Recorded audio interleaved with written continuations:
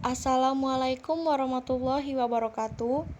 Kami dari kelompok 3 dengan materi konsep bakat dan jenis-jenis tes. Dengan beranggotakan 7 orang, yang pertama Dewi Kurnia, Lutfiatul Azizah, Megawati Eriza Putri, dan saya sendiri Salsabila Putri, dan Selidia Mustika, Sri Dimastuti, dan Yusuf Ridwan Solihin.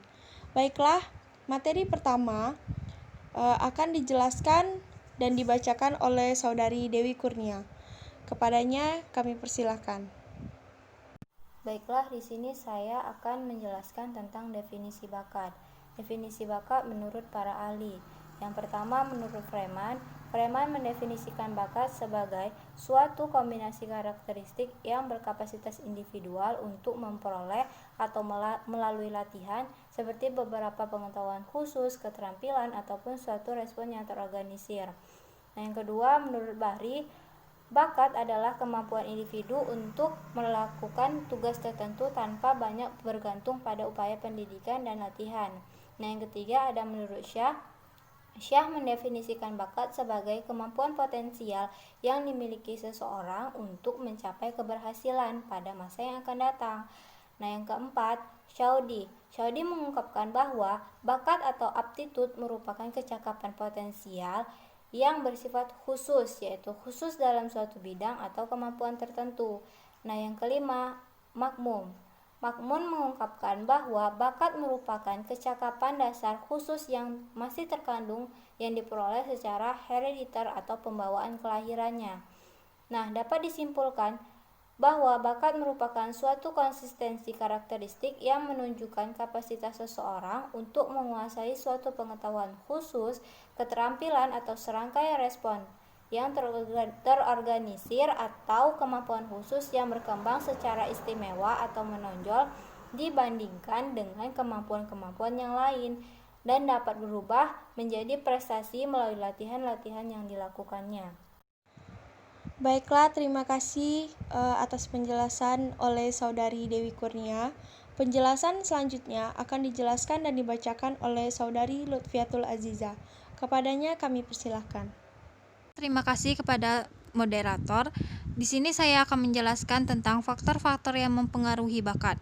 Menurut Ali dan Asrori, mereka mengungkapkan bahwa ada sejumlah faktor yang mempengaruhi perkembangan bakat yang secara garis besar dikelompokkan menjadi faktor internal dan eksternal. Faktor pertama yaitu faktor internal. Faktor internal tersebut adalah minat, motif berprestasi, keberanian mengambil resiko, keuletan dalam menghadapi tantangan, dan kegigihan atau daya juang dalam mengatasi kesulitan yang timbul. Yang kedua, faktor eksternal.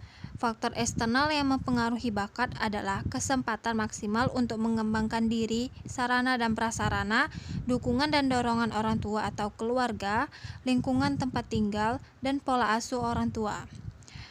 Ali dan Asrori mengungkapkan bahwa individu yang memiliki bakat dan memperoleh dukungan internal maupun eksternal, yaitu memiliki minat yang tinggi terhadap bidang yang menjadi bakatnya, memiliki motivasi berprestasi yang tinggi, memiliki daya juang tinggi, dan ada kesempatan maksimal untuk mengembangkan bakat tersebut secara optimal, maka akan memunculkan kinerja atau kemampuan unggul dan mencapai prestasi yang menonjol. Untuk itu, agar dapat berkembang dengan baik, maka bakat harus disalurkan pada lingkungan yang mendukung terhadap bakat tersebut. Selain itu juga, bakat harus didukung oleh minat pada bidang yang sesuai bakat tersebut. Karena tanpa minat, seseorang yang berbakat dalam bidang tertentu akan sulit bermotivasi dalam melakukan kegiatan atau bidang yang sesuai dengan bakat tersebut. Berbakatan. Menurut Renzulli et al., dari hasil penelitiannya menyimpulkan bahwa yang mencirikan keberbakatan pada diri seseorang antara lain, yang pertama, kemampuan di atas rata-rata, yaitu kemampuan itu harus cukup diimbangi dengan tugas dan tanggung jawab terhadap tugas. Yang kedua, kreativitas untuk memberikan gagasan baru dan menerapkannya dalam pemecahan masalah. Dan yang ketiga, tanggung jawab atau mengikat diri terhadap tugas, yaitu menampilkan semangat dan motivasi untuk mengerjakan dan menyelesaikan tugas. Baiklah, terima kasih. Saya kembalikan kepada moderator. Baiklah, terima kasih atas penjelasannya Saudari Lutfiatul Aziza. Penjelasan selanjutnya akan dijelaskan dan dibacakan oleh Saudari Megawati Eriza Putri. Pengukuran bakat. Bakat seseorang dapat diukur dengan tes bakat.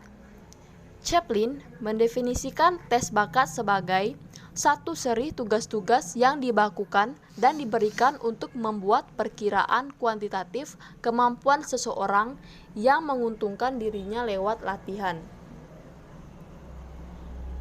Para psikolog mulai mengakui perlunya tes-tes bakat khusus untuk digunakan dalam konseling pekerjaan serta dalam seleksi dan klasifikasi personil industri dan militer.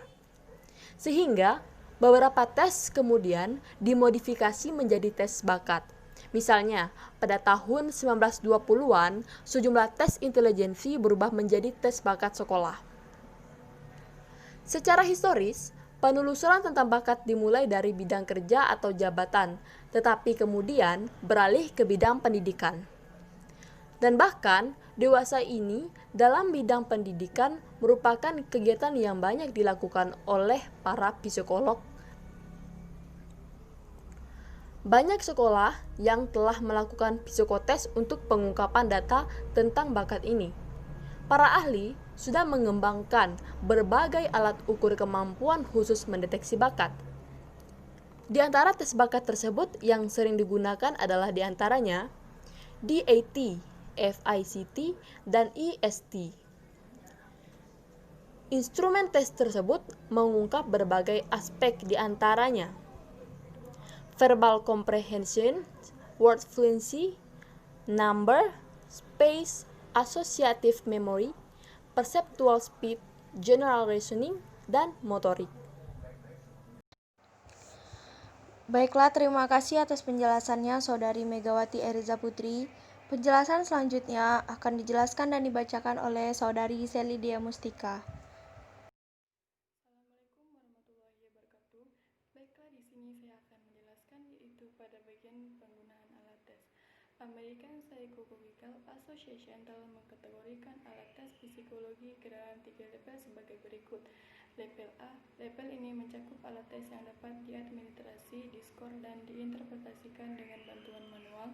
Penggunaan tes-tes level A memerlukan kursus atau pelatihan di bawah pengarahan supervisor atau konsultan yang memiliki kualifikasi dan kredibilitas. Contoh dari alat tes level ini adalah tes vokasional dan pencapaian akademis dan lain-lain. Level B umumnya mencakup sebagian besar tes prestasi, inventory, dan tes personal seperti tes bakat dan inventory kepribadian untuk populasi normal.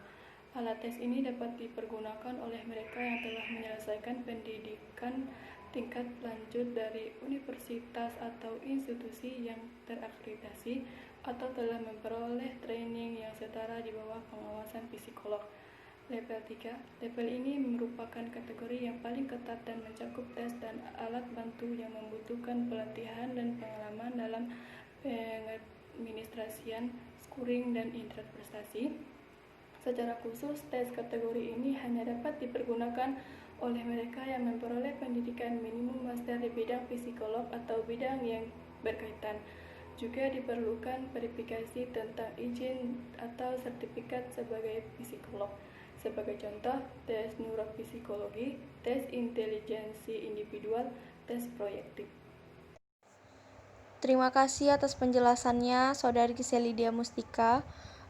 Penjelasan selanjutnya akan dijelaskan dan dibacakan oleh Saudari Sri Dimastuti. Assalamualaikum warahmatullahi wabarakatuh. Saya Sri Dimastuti. Di sini saya akan menjelaskan mengenai pedoman umum pelaksanaan tes klasikal. Di dalam pedoman umum pelaksanaan tes klasikal ini terdapat 3 tahap persiapan. Yang pertama yaitu persiapan diri pemeriksa dan pengawas. Kemudian tahap yang kedua ada persiapan pelaksanaan tes. Dan tahap yang ketiga yaitu pelaksanaan tes.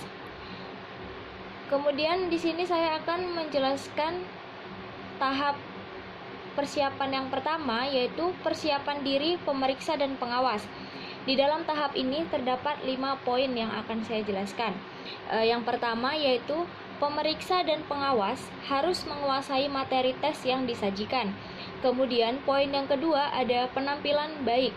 Yang dimaksud dari penampilan baik di sini yaitu dari cara berpakaiannya, itu harus rapi, formal, dan sopan. Kemudian poin yang ketiga yaitu menyiapkan diri untuk tampil sebagai seorang profesional. Artinya, seorang yang ditunjuk sebagai pemeriksa dan pengawas ini harus berkompeten dalam menjalankan tugas dan bersikap objektif khususnya terhadap peserta. Kemudian poin yang keempat yaitu tugas utama pengawas. Nah, tugas utama pengawas di sini yaitu untuk membantu pemeriksa tes dari awal tahap persiapan hingga pemeriksaan tes itu berakhir. Kemudian poin yang terakhir atau yang kelima ada pemeriksa dan pengawas itu berperan sebagai tim di mana mereka harus memiliki atau menjalin kerjasama yang baik. Begitulah penjelasan dari saya kembalikan ke moderator. Terima kasih atas penjelasannya Saudari Sri Dimastuti. Penjelasan selanjutnya akan dijelaskan dan dibacakan oleh Saudari Yusuf Ridwan Solihin. Baiklah, di sini saya akan menjelaskan pedoman umum pelaksanaan tes klasikal. Yang pertama, persiapan diri pemeriksa dan pengawas. Yang kedua, persiapan pelaksanaan tes. Yang ketiga, pelaksanaan tes. Yang pertama, persiapan diri pemeriksa dan pengawas. Pemeriksa dan pengawas harus menguasai materi tes yang disajikan. Penampilan baik, yakni cara berpakaian rapi, formal, dan sopan. Selanjutnya, menyiapkan diri untuk tampil sebagai seorang profesional, kompeten dalam tugas, dan bersikap objektif khususnya terhadap peserta. Tugas utama pengawas adalah membantu pemeriksa tes sejak tahap persiapan tes, pelaksanaan tes, sampai pemeriksaan berakhir. Pemeriksa dan pengawas berperan sebagai tim di mana diperlukan kerjasama yang baik. Yang kedua, persiapan pelaksanaan tes, yakni satu ruangan tes harus bebas dari suara bising atau yang mengganggu lainnya. Yang kedua, cahaya harus memadai. Ketiga, temperatur atau kelembaban yang sesuai. Yang keempat, tempat duduk peserta yang tidak terlalu dekat. Yang kelima, memastikan materi sesuai dengan peserta tes. Selanjutnya, pelaksanaan tes. Yang pertama, memeriksa dan memastikan semua peserta telah menerima buku tes, lembar jawab, dan alat tulis. Yang kedua, pelaksanaan identitas yang harus dilengkapi pada lembar jawab. Yang ketiga, memberikan contoh untuk setiap tes. Yang keempat, menjelaskan cara merevisi jawaban. Yang kelima, memberikan kesempatan untuk pertanyaan bagi peserta yang belum jelas. Sekian, terima kasih. Baiklah, terima kasih atas penjelasan dari teman-teman. Saya akan memberikan kesimpulan dari penjelasan teman-teman tadi. Yang pertama, definisi bakat.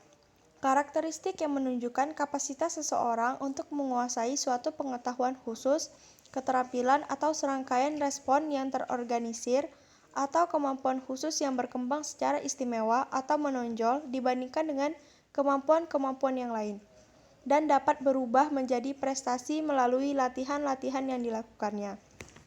Yang kedua, faktor mempengaruhi bakat. Keberanian mengambil resiko, keuletan dalam menghadapi tantangan, dan kegigihan atau daya juang dalam mengatasi kesulitan yang timbul.